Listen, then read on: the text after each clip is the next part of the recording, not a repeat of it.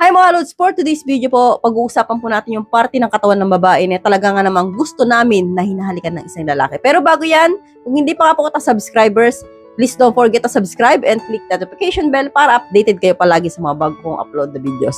So ano na nga ba yung isang parte ng katawan ng babae na talaga nga namang gusto namin na hinahalikan ng lalaki? Number 1, hita. No, yan po talaga ay, alam niyo Lods, no, kapag po yan hinahalikan ng isang lalaki, no, yung hita, yung paghita ng hita, no, hindi yung petsaya, yung hita lang, no. Kapag po yan talaga nga namang, yun, binesi-beso ng lalaki, gustong-gusto po namin. Kasi po, diyan po talaga yung parang nawawala yung tampo namin, gumaganda yung mood namin kapag yan po ay nahahalikan, no? Yan po ay nakakawala talaga ng tampo, no? Kaya subukan ninyo, Lods, kapag po tampo sa inyo yung jowa ninyo, halikan nyo dyan. Yan po ay syempre, no, nakakaramdam po kami ng L at syempre, nakakatawa, no? Napapangiti kami dyan kapag po yan ay nahalikan ng lalaki. So, proceed na po tayo agad sa number 2, leeg, no? Ito po, Lods, no, napaka-importante, Lods, na ito ay hindi nyo babaktawan, no, sa burat siyahan, no?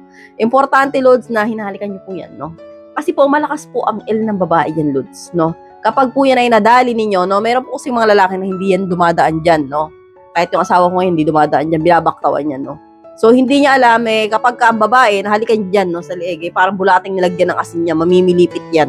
Oo. Totoo po yan, Lods, no? Kaya po importante, Lods, na lahat yung mga party na yan ay dadampian ninyo ng halik. So, proceed na po tayo agad sa number 3, puson. No, eto, Lods, no, may mga lalaki na hindi gumagawa nito na kapag nabuburat siya time na pagkatapos sa taal, no, sa bundok taal, dumidiretso na sa pechay, no, kailangan nyo pong dampian itong puson na ito, no, yung bandang pusod, no, kailangan po ninyong dampian ng halik yan, no, pusod pababa po sa pusod, no.